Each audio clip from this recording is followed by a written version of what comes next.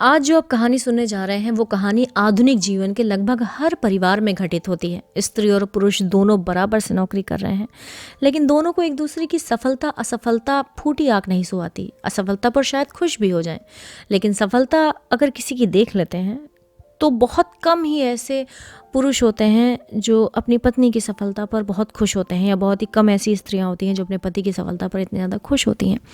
लेकिन आज आपको कहानी में अपने भारतीय समाज की रोज़मर्रा की ज़िंदगी के स्त्री पुरुष मिलेंगे।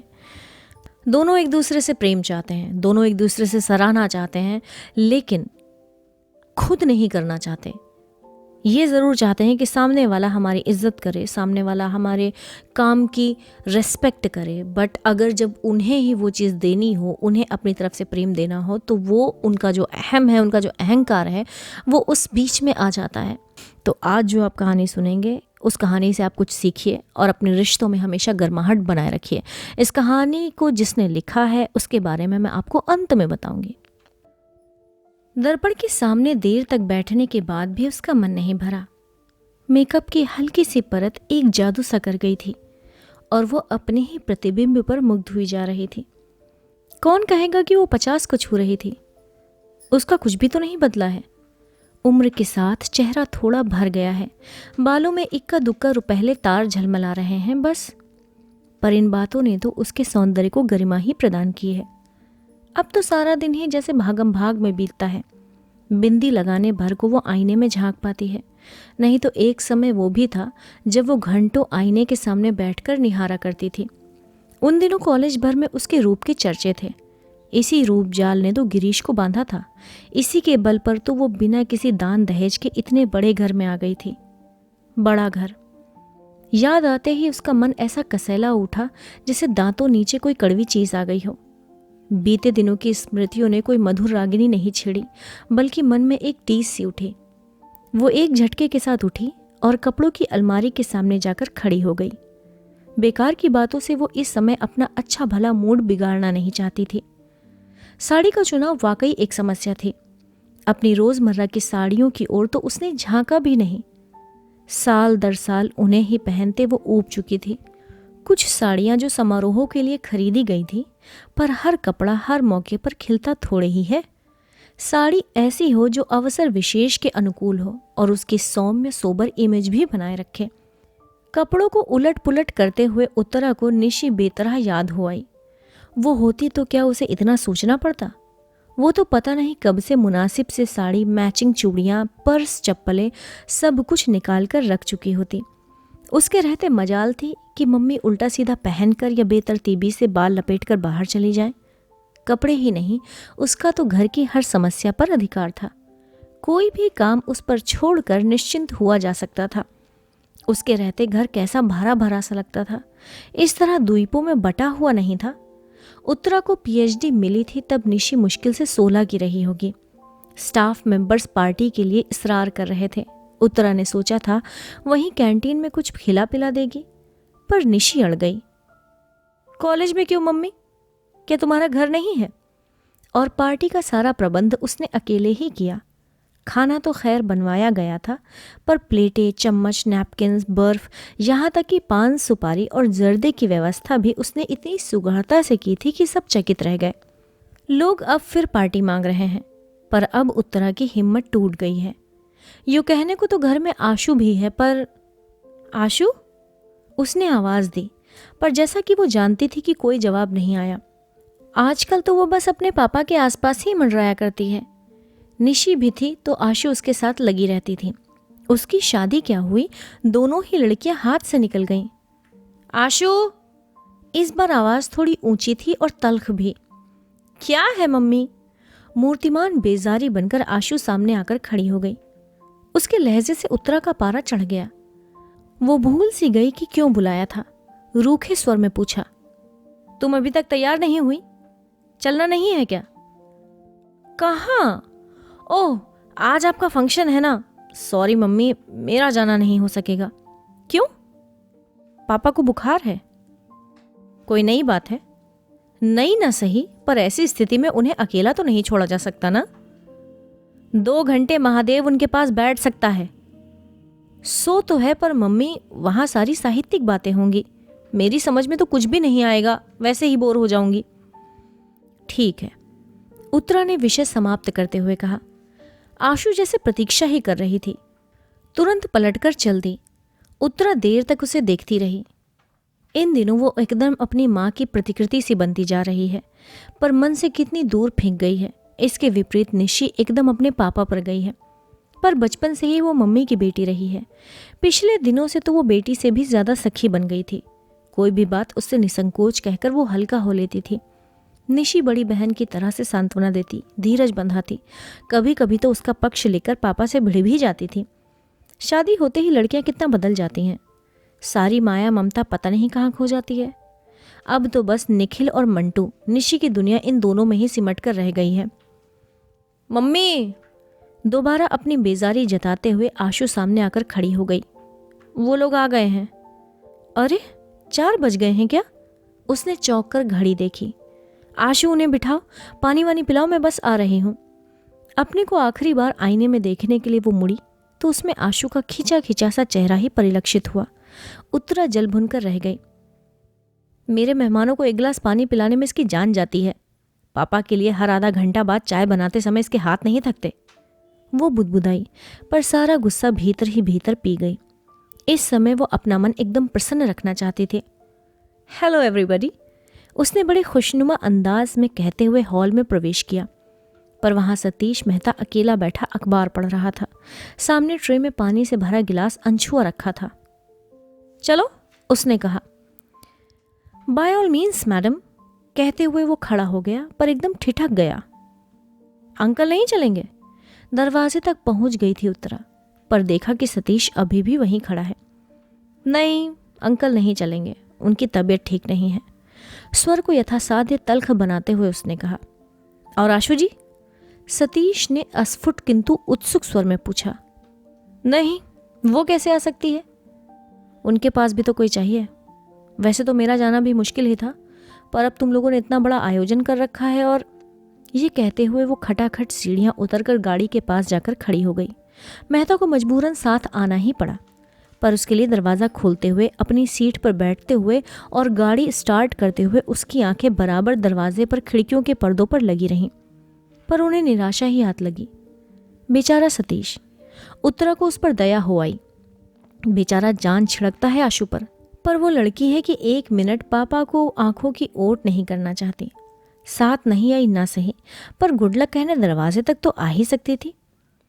गुस्सा तो उसके पापा पर आता है, ऐसे नाजुक मिजाज हैं कि हर पल किसी का आंचल थामे रहना चाहते हैं। 5 बहनों में अकेले भाई हैं, खूब लाड प्यार पाया है। अम्मा जी ने तो एकदम आँख की पुतली की तरह सहेजा है उन्हें, तभी तो यथार्थ की धरती पर पैर रखते ही उनका दम फूल जाता है।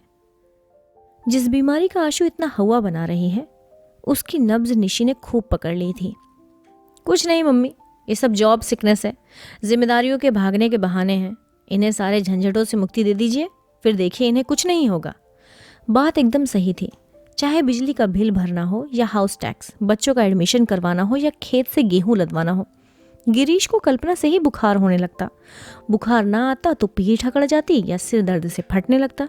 बच्चों की हारी बीमारी में भी कभी उनका सहारा ना मिला। निशी की सगाई के समय तो वो अस्पताल में ही भर्ती थे। बच्चों की दादी जब तक रहीं, बेटे की बीमारी में घर सिर पर उठा लेती। उनकी इस हाय तबो में मूल प्रश्न जाने कहाँ बिला जाता। बहू को बार बार कोसती, अकेला आदमी बेचारा कहाँ तक बोझ ढोता फिरेगा, एक लड़का ही अगर हो जाता। इस बात को वो कुछ इस अंदाज में कहती कि मानो बेटा होता तो सीधे झूले से उतरकर बाप का हाथ बटाने पहुंच जाता। अम्मा जी की मृत्यु के बाद तो गिरीश एकदम जैसे निराश्रित हो गए। पहले तो उन्होंने उत्तरा का सहारा लेना चाहा, पर वैसी संवेदनशील सेवा वो कैसे करती, कब करती? आखिर बच्चे भी तो उसी को पालने थे। नौकरी भी अब उसके लिए शौकिया नहीं रही थी, वो जीवन की अनिवार्य आवश्यकता बन गई थी। बड़ा घर मात्र एक छलावा था, सारे सब्ज बाग दूर के ढोल निकले। वकालत की एक तख्ती जरूर टंगी रहती थी दरवाजे पर, ताकि कोई ये ना कह सके कि निठल्ले हैं, बीवी की कमाई खाते हैं। शेष तो बस उत्तरा ही जानती है या उसका ईश्वर। पत्नी से निराश होकर अब उन्होंने आशु का दामन थाम लिया है। उन्हें इस बात का एहसास नहीं है कि वो इस तरह से लड़की को तबाह कर रहे हैं। पता नहीं कैसे उनके मन में ये भय बैठ गया है कि उसकी शादी होते ही पापा एकदम अकेले पड़ जाएंगे। अकेलापन क्या इतना भयानक होता है? आखिर उत्तरा भी तो जी रही है। वो तो बरसों से भीड़ के बीच में अकेलापन झेल रही है। उसने तो कभी शिकायत नहीं की।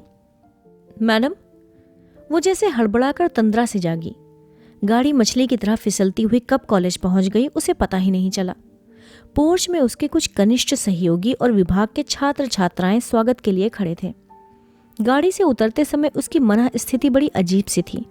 अपने ही कॉलेज में इस तरह मेहमान बनकर आना उसे अटपटा लग रहा था। वो तो बार बार मना करती रही पर बच्चे नहीं माने। उसका गौरव, उसका सम्मान जैसे सबका हो गया था। इसे वे कैसे व्यर्थ होने देते? ये सब इतना कुछ अनपेक्षित था कि उत्तरा स्वयं हैरान रह गई थी। वर्षों के अध्ययन और परिश्रम के बाद उसने एक भारी भरकम पुस्तक लिख डाली थी, भारतीय नारी की सामाजिक चेतना, उदय और विकास। बड़ी मुश्किल से तो वो प्रकाशक जुटा पाई थी। उसने उस समय बस यही आशा की थी कि शिक्षा मंत्रालय द्वारा खरीद ली गई तो पुस्तक कॉलेज के पुस्तकालयों में पहुंच जाएगी। 4 लोग इसे पढ़ेंगे तो उसका श्रम सार्थक हो जाएगा। पर आश्चर्य, पुस्तक तो अकादमी पुरस्कार जीत लाई। उसे तो सुनकर कानों पर विश्वास ही नहीं आया था। उसके छात्र जगत में तो आनंद की लहर दौड़ गई थी। पुरस्कार समारोह तो राजधानी में अगले महीने होना था, पर उन लोगों ने कॉलेज में उससे पहले ही एक सम्मान समारोह आयोजित कर डाला। उसे हमेशा अपने विद्यार्थियों से इतना आदर और स्नेह मिलता रहा है कि छात्र अनुशासनहीनता की पुकार मचाने वाले उसके सहयोगी अक्सर उससे ईर्ष्या करने लगते हैं। फैकल्टी का वो छोटा सा हॉल बड़े कलात्मक ढंग से सजाया गया था। हॉल में प्रवेश करते ही स्वयं प्राचार्य ने उठकर उसका स्वागत किया तो वो संकोच से गड़ ही गई। उसे पहले तो फूल मालाओं से लाद दिया गया, फिर भाषणों का दौर प्रारंभ हुआ। छात्र तो उसकी इस उपलब्धि पर गदगद थे ही, परंतु कुछ सहकर्मियों ने भी जब उसकी प्रशंसा के पुल बांध दिए तो उसे सुखद आश्चर्य हुआ। प्राचार्य महोदय ने भी 2 शब्द बोले। उत्तरा के कारण उनका ये कस्बाई कॉलेज देश के नक्शे पर आ गया था। प्रमुख अतिथि थे जिलाधीश महोदय। उसे सम्मान का प्रतीक वीणा पाणी की मूर्ति भेंट करते हुए उन्हें भी औपचारिकतावश स्तुति में 2 शब्द कहने ही पड़े। वो सुनती रही और सोचती रही, काश आशु यहाँ होती, उसके पापा होते। वे लोग जरा देख तो लेते कि घर के बाहर उसे कितनी इज्जत मिलती है, प्यार मिलता है। पर वे यहाँ आते ही क्यों? पत्नी की गौरव गाथा निष्प्रह भाव से सुनने की सामर्थ्य उनमें कहाँ है? तभी न बुखार हो आया है। उस दिन जब कुछ लोग ये सुसंवाद लेकर घर पहुंचे थे, तब भी तो वो सहज भाव से उसे झेल नहीं पाए थे। कैसी रोनी सी आवाज में बोले थे, भाई हमने तो उसे पूरी स्वतंत्रता दे रखी है, जितना समय मिलता है अपने विषय को दो, घर बार की चिंता छोड़ दो, उसे हम संभाल लेंगे। अपने कोई बड़े विद्वान नहीं हैं, बस इतना योगदान दे ही सकते हैं। उनके हर शब्द से झांकते हीनता बोध ने उसे उतना नहीं कचोटा जितना उनके झूठ ने। मन हुआ सबके सामने उन्हें बेनकाब कर दे, बता दे कि वे कितना घर द्वार देखते हैं, पर चुप बनी रही। कभी कभी सुखी गृहस्थी का नाटक भी कितना जरूरी हो जाता है।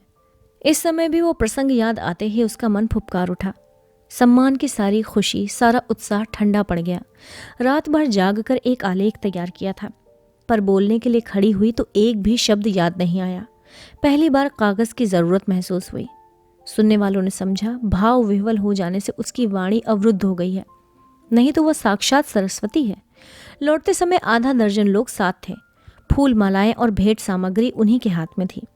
दरवाज़ा वैसा ही बंद था। चलते समय ना तो किसी ने विदा किया था, ना वहां अब कोई स्वागत में खड़ा था। आप चलेंगे मैडम? किसी ने कहा तो लगा मन पर हथौड़े की चोट पड़ी है। इतने बड़े हंगामे के बाद ये लोग उसे एकदम अकेला करके चले जाएंगे। कल्पना से वो सिहर उठी। ऐसे कैसे चले जाओगे? उसने कहा, 1-1 कप कॉफी तो पीते जाओ। और फिर उसने दरवाजे की घंटी जोर से दबा दी, इतनी जोर से कि उसकी आवाज से सन्नाटे की धज्जियां उड़ गईं। आप सुन रहे थे मालती जोशी की लिखी हुई कहानी सन्नाटा, कहानी वाली सोनम की आवाज में। हिंदी साहित्य में मालती जोशी एक बहुत ही चर्चित नाम है। इनकी कहानियां संवेदना का एक अलग संसार बुनती हैं, जिसमें हमारे आसपास के परिवार, उनका राग और परिवेश जीवंत होते हैं। उनकी कहानियां संवाद शैली में हैं, जिनमें जीवन की मार्मिक संवेदना, दैनिक क्रियाकलाप और वातावरण इतनी सुगढ़ता से चित्रित हुए हैं कि ये कहानी मन के छोरों से होती हुई चलचित्र सी गुजरती हैं। इतनी कि पाठक कथानक में बह जाने से उनमें एकाकार हो जाता है। इनकी कहानियां मराठी, उर्दू, बांग्ला, तमिल, तेलुगु, पंजाबी, मलयालम, कन्नड़ और कई अन्य विदेशी भाषाओं में भी अनुदित हुई। उनकी कुछ कहानियां गुलजार के किरदार तथा जया बच्चन के साथ फेरे नामक धारावाहिक का हिस्सा रही हैं। साहित्य और शिक्षा के क्षेत्र में अपने योगदान के लिए पद्मश्री से सम्मानित मालती जोशी मध्य प्रदेश हिंदी साहित्य सम्मेलन के भवभूति अलंकरण सहित कई अन्य पुरस्कारों से भी सम्मानित हैं।